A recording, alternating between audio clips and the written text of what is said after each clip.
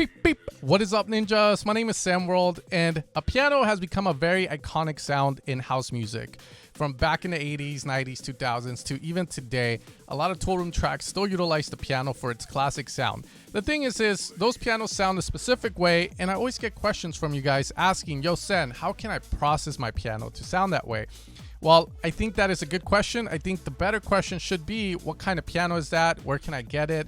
And how can I utilize it? So that is what today's video is all about, the ToolRoom Piano. And this is probably going to be one of the avenues you have in order to access it. And I feel it's probably the most inexpensive route, as the Korg M1 that we're going to be utilizing is very cheap. You can find it online for about 35 to 50 bucks depending on where you go.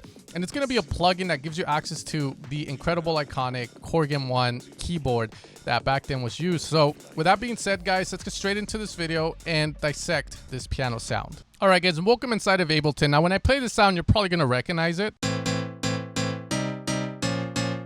Now, if I increase the width on it, you know, it's a very iconic sound, and today we're going to talk about it. So, like I said before, you can achieve this sound by just having the right, I guess, tool. And for this, we're going to use the Korg M1. Now, again, there are other avenues out there, and I've seen producers like Wise utilize addictive keys. So there might be other avenues that you can kind of find, but this is probably going to be the more iconic one in a sense of just very recognizable. Okay, and in order to use a Korg M1, guys, very simply, what we're going to do is just go into the browser, obviously click on a piano as that's what we want. And from here, you're going to have a couple of options. Now, a couple of the ones I kind of recommend that you start off with is probably going to be the Velo Piano, which is going to sound like this by default. And it's the one I've been using for anything house piano related. And from there, we're just going to go into the master effects and get rid of, obviously, the reverb.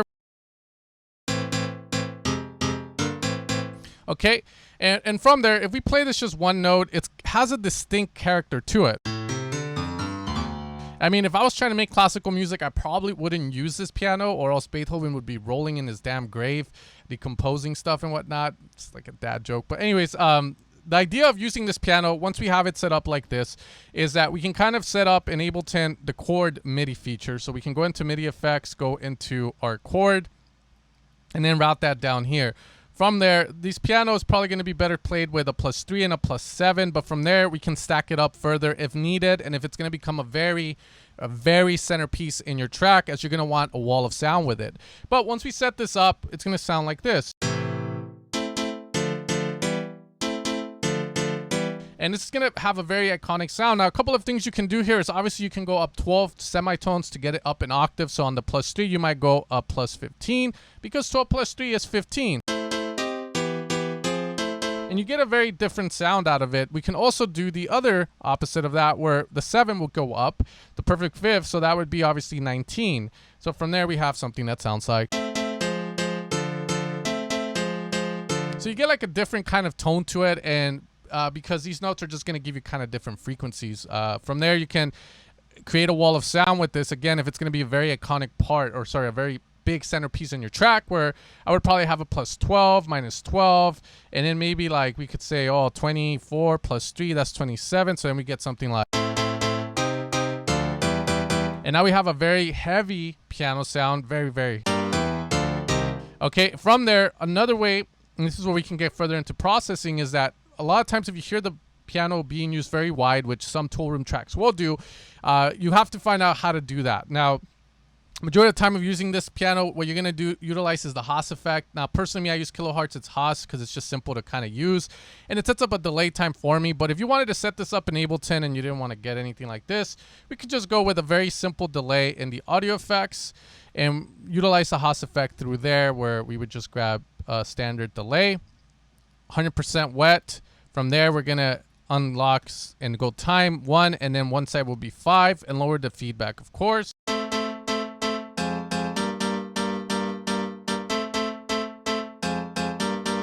From there, we can compare.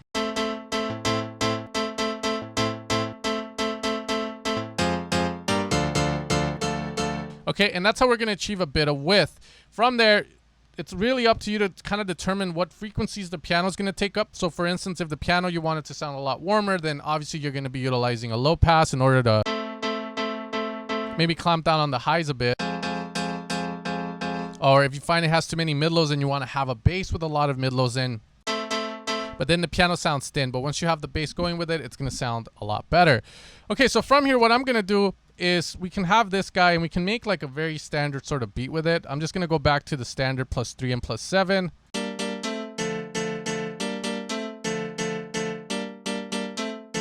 And we'll probably play something of sorts. So let's record that really quick over this beat that we have, just utilizing a bit of evolution of sound deceiver drum loops.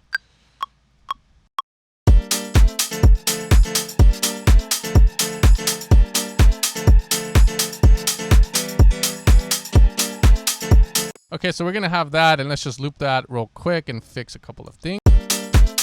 Now from here, this is where it gets a little tough in executing this piano sound, because obviously the piano is playing chords, and at the same time there's a bit of harmonization that goes on. Now there's a couple of tips, theory tips that I can give you.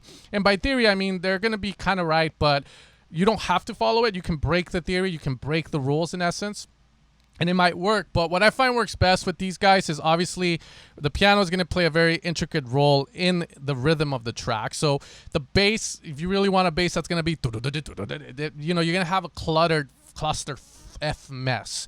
So we really have to pay attention to where these beats are landing. So usually what I'll do is just zero that out. We can put this down an octave there. So now my bass is here. Now I do have a Tech House pack coming out soon, the Diva Edition, and it's pretty stacked. So I'm going to be utilizing a bass from here. Probably Friends for Life, as it's a sustained bass, and from there we can kind of go with this, which is going to give us a bass that sounds like. From there, we're going to EQ this and obviously put sidechain and a bit of saturation just to kind of go with it. And from there, we can kind of build something. So obviously, we're in the key of G on this, so we're going to go. And the idea here is to create essentially a rhythms that are going to get along. So obviously you can follow the rhythm of the piano, which to me, it works. Might sound a little boring, but we could do that. And that's one sort of possibility that you might have.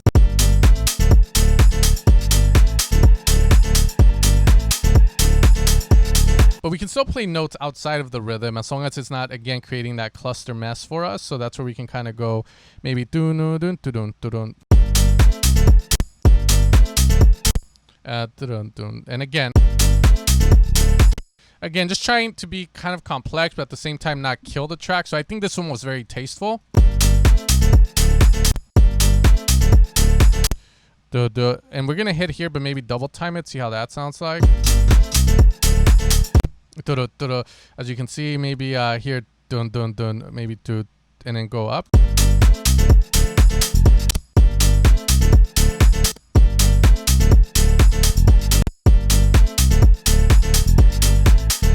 And then this guy maybe shorter, maybe longer.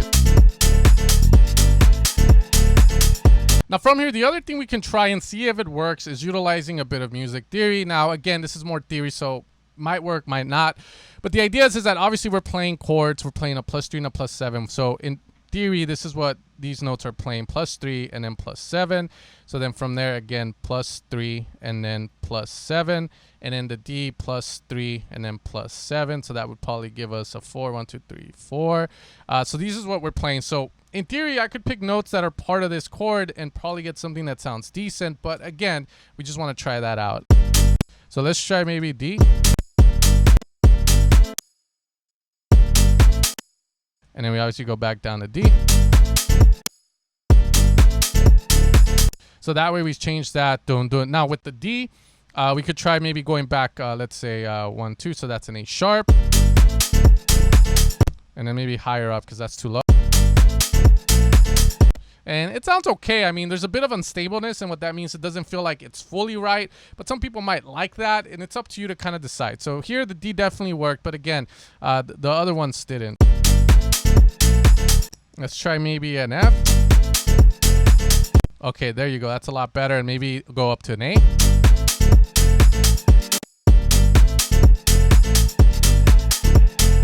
Now in a different scenario where the bass is going to be essentially leading the charge forward, and we have something like.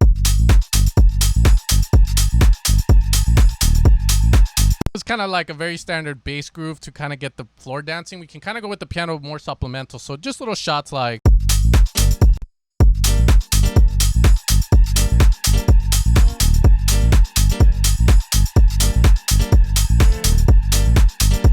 From there, other ways to use the piano, obviously in the house stuff, would be to utilize essentially a chord progression. Now for this, what I like to do to set it up is now go into the Ableton MIDI effect and grab a scale. From there, we're going to go into the presets and just grab the minor.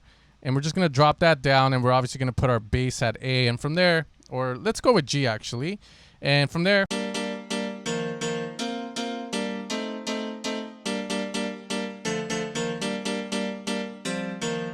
and now we can get a little bit more melodic with it. So if we play this on top of a house beat, you kind of call it piano house.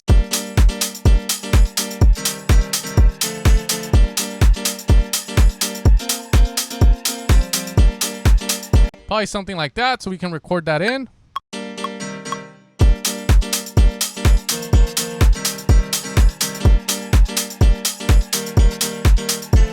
Okay, so since we use the scale feature, sometimes when you play, like, let's say the D sharp note, there's a bit of a sus2 or sus4 implemented into it. So we probably have to play one semitone up where the E is to get the original triad.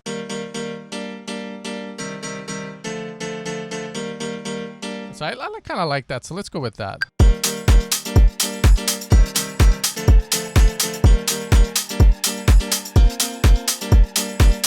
And we're going to have something of sorts, so kind of beautiful and very kind of groovy. Again, we can always mess with the rhythm, but here I'm just kind of like freestyling it, so we can kind of go with that. And let's make a bass for that. So again, on this type of bass, you're going to follow the piano heavily.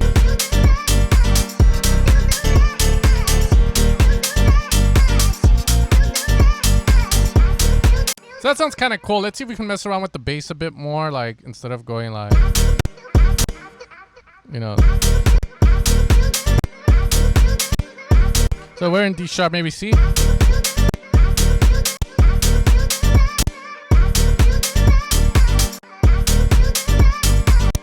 then from there, maybe do like a little octave up. Just to kind of give it a bit of flavor so it doesn't sound so damn like on beat.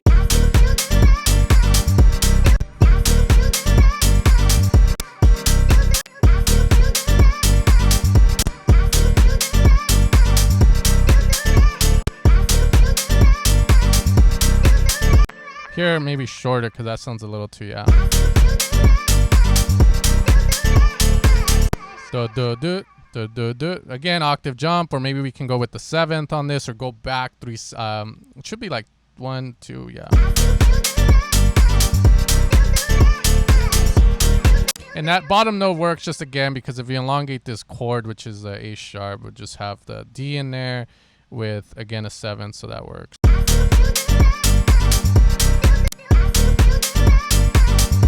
This feels a little rushed, so from here, let's add a little bit of a string. So the Selena V from Arturia is really good for this stuff.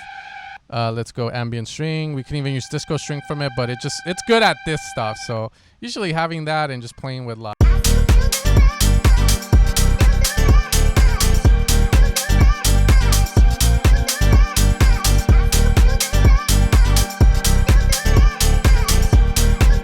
From there, you might decide to make the piano, again, just have a little bit more frequency range. So that's when we might start to stack these notes up.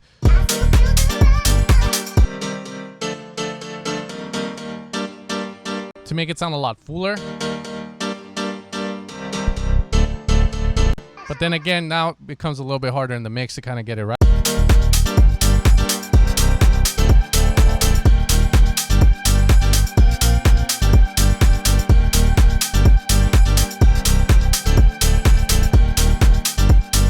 And then from there, maybe on the what was that note called? The fundamental.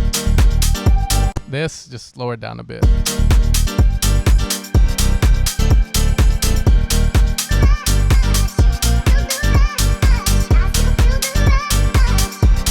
So that's going to be kind of like using it more in a more melodic chord-based format. But again, there's various ways to utilize this piano. And the cool thing here too is I've heard tracks like from Mark Kitchen or MK, where he also does creative stuff with it, where he'll put like a phaser for a section of the song just to kind of add a bit of additive interest to it, so it doesn't always sound the same. The other thing to do is you can also play with obviously the velocities, so that to bring this piano to life. Okay, and finally, I guess the last thing I have to say, guys, is while we use the Velo piano, there's a lot of great other pianos to utilize. Just look out for that very iconic just top end that these pianos tend to have. As to this day, as a sound designer, I've always tried to make the piano sound like the ones from the M1, and I just can't figure out what these guys did. Now, the Korg M1 is going to be more sampled based, so I feel like that plays a role in the way that it sounds like. But another one we can also use is obviously going to be the M1 House piano. The thing with this is that I get rid of, obviously, here the organ bass. I go into the MIDI. Maybe, again, organ bass just down, but I am going to have the piano just played lower to a lower C1. So that way, now we have, again, a very similar sort of piano. Let's make it louder. And let's just put it up an octave.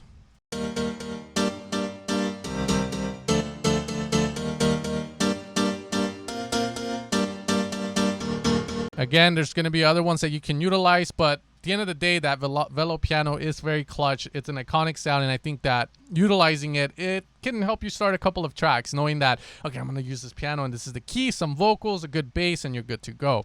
Other than that, guys, those are pretty much all the things I wanted to talk about in the video.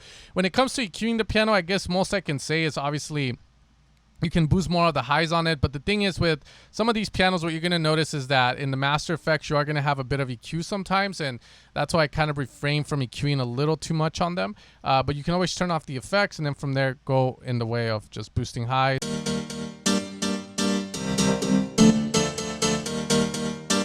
And then getting rid of a bit of the mid-lows, which sometimes I feel is a big mistake. It all comes down to the kind of bass you're going to be utilizing for the track, and if it's going to have a huge amount of mid-lows there. From there, widening it, just a house effect like we talked about. But other than that, I hope you guys have a great rest of your day. That is the ToolRoom Piano. Hopefully it helps in any sort of way. And I'll catch you guys next time for another video as always. You guys take care and peace out.